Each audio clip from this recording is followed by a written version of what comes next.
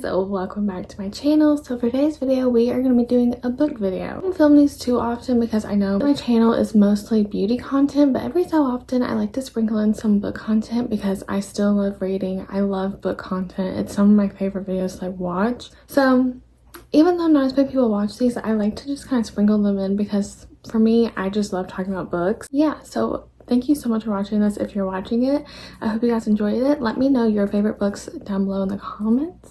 Also, I did want to mention that I'm not planning on filming a best of beauty for 2024.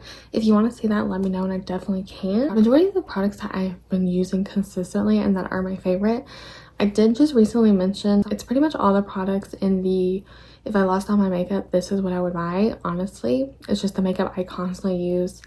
And I can link, I have a full playlist of all of my best of beauties of recent years. So yeah, I still use all of those products too. I kind of feel like I've already filmed it whenever I filmed the if I lost my makeup, it's what I would repurchase. Just going to talk about my top favorite books of the year. So I've read 75 books this year. Now not every single one of these is like a 5 stars. I didn't have a ton of 5 stars this year, but I still love them and I still feel like out of all of them, I like really still think about these. First things first, I read Throne of Glass this year. So I read Throne of Glass at the beginning of this year and I just love that series. I think that is one of the best fantasy series that I have read personally. I think even though it is kind of more political heavy, you still have romance. You still get so attached to these characters. I've never been so attached to characters like I have in that series. It's just so... it's just like an engrossing series. There's 8 books. It is as of now finished. I personally think she shouldn't touch it. Just like leave it as is. It's perfect as it is. Like just leave her be. I put Kingdom of Ash as my top book. It is the last book in the series. It's almost a 1,000-page book. I think it's like 980 or something like that. I can't exactly remember, but every single page on that book was just a masterpiece. It was so good. And the way that she can just like throw in little Easter eggs from books from like the first book, from the second book, bringing characters from very beginning of the series that were just like little tiny side characters that came back to be major characters, or just the way that she just really throws in little things that you wouldn't even pick up on, and then you read something that happens and you're like, oh, I didn't even think of that. I kind of forgot all about this character. So good. I read Kingdom of Ash so much faster than I even imagined I would. It was just so good and I couldn't put it down. If you haven't read Throne of Glass and you love fantasy, or even if you don't, I really think she's a great fantasy author. I know she's really big, she's really popular, so people have what they want to say about it, but I personally think I love her books and I love Throne of Glass. Crescent City is so far the only thing I haven't read. It is something I want to get to, but by the end of this year. They're really daunting because they do have pretty mixed reviews and they're very big books. So Kingdom of Ash was definitely my top book of the year, and I am personally read Assassin's Blade first. I think that you should start with Assassin's Blade, but that's just me personally, because where Assassin's Blade ends is exactly where Throne of Glass picks up. But I know there's like 5 million gazillion different reading orders. That's just my personal preference. Next book is Phantasma. So honestly, this book kind of just, I loved it way more than I even thought I was going to.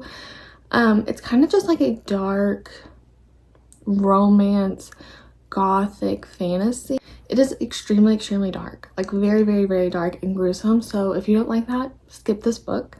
But if you don't mind a little like gruesome, I feel like if you liked Butcher and Blackbird, you would probably really like this one. They're both kind of just like that dark romance, and they're very gruesome at times, but also have very like humor and like sarcastic jokes, and I just felt like the banter and the humor in this really made this book for me like the perfect read for Halloween and like October and just kind of like those dark autumn vibes. So really good book. Next one is Funny Story by Emily Henry. So this one I was a little hesitant about going into because I read Happy Place and I didn't love Happy Place. I want to reread it this year just to see if I'll end up liking it a little bit more, but I was just kind of like, I've had some hits and I've had some misses with Emily Henry, but this one I loved. I loved just kind of like the, honestly, I don't even know why I loved it so much. I just like, I connected to the characters so much, and I feel like because I kind of liked that they were just like average people. I know a lot of people didn't like that the guy was kind of just like basic, I guess, or kind of very like normal. He wasn't overly like handsome or perfect or anything like that. I kind of liked that he was just a normal guy and that she was just a normal girl. They both had their problems. They both like came together and helped heal each other and then just slowly fell in love with each other. It didn't feel too insta-lovey. It didn't feel too cringy, I guess. I don't like that in romance books when it's like they fell in love the next day and got married and have 15 kids. I like just like the slow romance. I feel like it was just a book that really depicted normal relationships, I guess is what I'm trying to say. Like it was just like so easy to connect to and to really feel for them because they just felt like people that I would know or just like normal people. I just like absolutely love this book, and I feel like I keep thinking about how much I loved it. And then this is a duology. I put down the first book, but I honestly think that both books were so good. I feel like duologies are very like underrated. I feel like authors never do duologies, and sometimes it's nice to not have a fantasy series that is like 10 books and it's just like 2 books, series is over. But it's the One Dark Window series, and I can't remember what the series is actually called. I really like the series because of the magic system. The magic system was so different than anything I read. The magic system was all these cards, so you had different cards that everyone was trying to collect, and mostly it was just like wealthy people that had them because they would trade things for these cards so that they could have power. About the main girl who, there's this thing called a nightmare card, and that character from the nightmare card ended up living in her head. So there was actually quite a bit of just like sarcastic humor, like funny banter, and I just really fell in love with the characters and I really connected to it. And I just loved that it kind of had this like gothic eerie vibe and had such a unique story and magic system compared to so many fantasy books, because so many can be very similar. A lot of fantasy books to a certain degree do have kind of similar plot lines that they all follow, and it can get kind of repetitive after a while, but this one was just so unique and different from those, and I just really enjoyed this. Okay, so the next book is Lessons in Chemistry. So I have heard things about this book for so long, and I was so excited to read it. I know there is like a TV show. I haven't watched that. I feel like especially women should read this book because it takes place, I think, back in the 60s. I want to say, I can't remember the exact time period that it took place, but it's pretty much just about a scientist, a woman who is a scientist who's trying to make it, but it's just a lot of misogyny and a lot of mistreatment of women and trying to be a woman pretty much in the world that's trying to make it and trying to be successful. I just feel like if you are a woman, it's a really great book to read because I just feel like it really shows like a strong woman trying to make it in a male-dominated field, and it's just was really good. I absolutely loved this book. And I also love the dog in it. I know a lot of people talk about that, but it was just so weird having a dog's point of view, which sounds so cringy and awful, but it was actually really funny, and I just really liked that.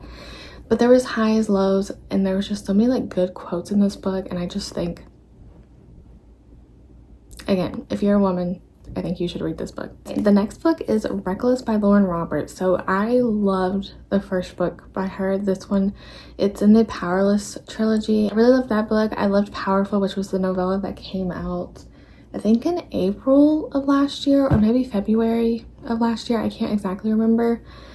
I really loved even the novella. I think that, I don't know, there's just something about her writing that I love. And she is probably one of the best people at writing banter and just tension. I know a lot of people did not like this book. I loved it. I gave it 5 stars. I thought it was so good. I know like pretty much nothing happened in this book, and she did say it was a filler. I still think yes, it could have been better, but I just loved it. I just loved that dynamic. I love the banter. It's one of the reasons I loved Powerless so much, was because of the banter and the tension, and just the way that she writes it is just so good.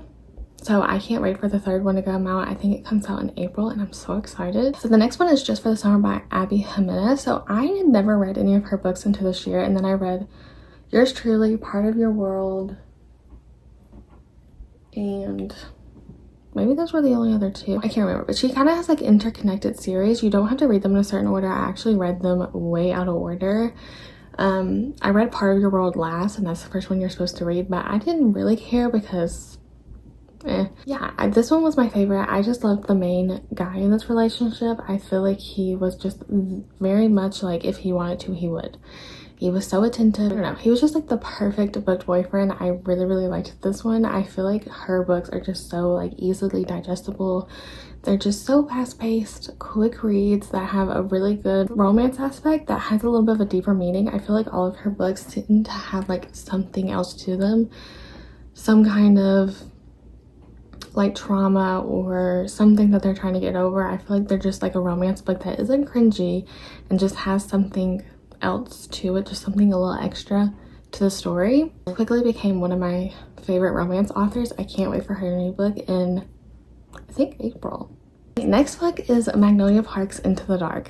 I loved this book. This was like a 700-page book, I'm pretty sure, and I ate every single page up. This is the last book in the Magnolia Parks universe. So there's Magnolia Parks and there's Daisy Haites, and they interconnect. And this is the last one that's focused mainly on Magnolia and BJ. Oh my gosh. The way that Jessa Hastings writes is just so poetic and so lyrical. The quotes from her books are seriously like no other. It is insane how just like beautiful she writes. I will say I haven't read anything else from her. I would like to. I just love this series. I'm so connected to all the characters. I can't wait for the next Daisy Haites book, which I know hasn't been announced of if she's even like started it or anything. But if you didn't like the first one, I would say to keep going, just because I know a lot of people don't like the first one. You have to go into this knowing it is not a relationship you want. It is a toxic relationship. Every single relationship in this series is toxic. It's drama. It's kind of just like watching like a London reality show, I guess. A lot of people say it's like Gossip Girl, but set in London. They're just like rich, wealthy people who live in London who have a lot of toxic aspects. I will say this one wasn't really toxic from what I can remember, but yeah, it's just like so heartbreaking, and it's just such good found family, and you just connect to the characters so much. And her writing is just seriously like, she just has some of the most beautiful writing, I think, personally. And I absolutely love this book. I think that it was the perfect ending to Magnolia and BJ. And it was just like so heartbreaking and so sad, and I cried during this book. I just if you haven't read the series, I definitely think that you should, and at least try and get to the second one. If you really just hate the first one that much, then fine. But yeah, I just think that everyone should read this series. This book is the A Sky Beyond the Storm. So this is the 4th book in the Ember and the Ashes series. I really liked Ember and the Ashes, and then A Torch Against the Night, I think is the name of it. They all kind of have like long names that I can't ever remember. I didn't like the 3rd one very much. It was still good. It was just a lot more slower paced. It was confusing. The only thing that she does in her books that I don't like is she will have a character that has like 3 different names. She'll have like call them their first name, their last name, and then like a nickname. And it can get a little confusing when there's like characters that are very minor side characters that end up becoming something more, and it just gets a little confusing. So I think that was one reason I didn't like the 3rd book, is I just feel like there were so many characters and I couldn't keep up with who was who or what their importance was in this book. But the 3 main characters I loved, and yeah, I just really loved this one. I feel like the last book really tied it all up nicely and really kind of just like made me fall in love with the series again. I really loved the first 2, and then the 3rd one fell off, and then the 4th one just like brought it back up. And I really like this one. I think if you do like ACOTAR, Throne of Glass, anything like that, I think you would like this series.